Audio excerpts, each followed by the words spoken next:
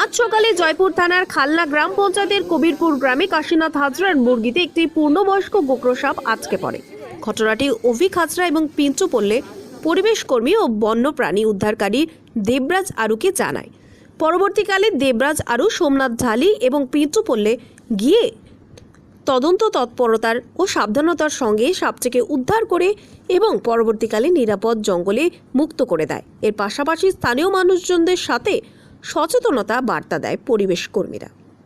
আরও খবর জানতে অবশ্যই চোখ রাখুন শুধুমাত্র জাগরণ বাংলা নিউজের পর্দায়।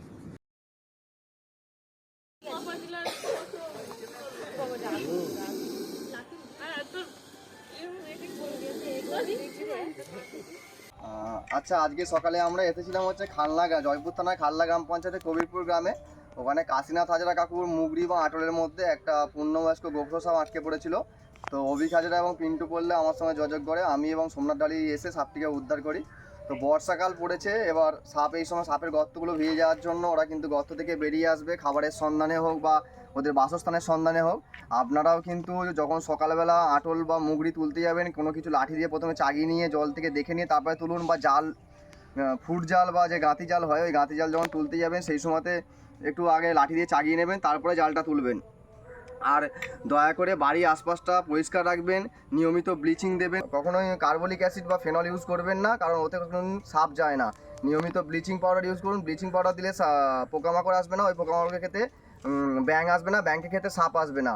আর যে সমস্ত খড়ের গাদা বা বিচালি আছে ওইগুলো ব্যবহার করার সময় বা টানার সময় আগে লাঠি দিয়ে নাড়িয়ে নেবেন, নিয়ে তারপরে ওইখান থেকে বিচালি বের করবেন। বাড়ির আশেপাশে যদি ইটের স্তূপ জমা হয়ে থাকে সেই ইটের স্তূপগুলোকে আগে লাঠি দিয়ে সরিয়ে নেবেন, তারপরে ইটের স্তূপগুলো থেকে ইট বার করবেন। আর যদি কাকো দুর্ঘটনাবশত কোনো রকমভাবে সাপে কামড়ায়, দয়া করে ওঝা, গুণিন, তান্ত্রিকের কাছে যাবেন না, কোনো ঠাকুরস্থানে যাবেন না, কোনো শিকড় বাকড় খাওয়াবেন না, কোনো পাতাপুতি বেটে দেবেন না। রুগীকে সরাসরি বাইকের মাঝখানে বসিয়ে কোনো বাঁধন ছাড়াই আপনার নিকটবর্তী হসপিটালে যান। সমস্ত হসপিটালে সাপে কামড়ানোর প্রতিষেধক এভিএস আছে, অ্যাড্রিনালিন ইঞ্জেকশন আছে, নিওস্টিগমিন আছে, অ্যাট্রোপিন আছে, সেখানে আপনার পেশেন্ট সুস্থ হয়ে আসবে।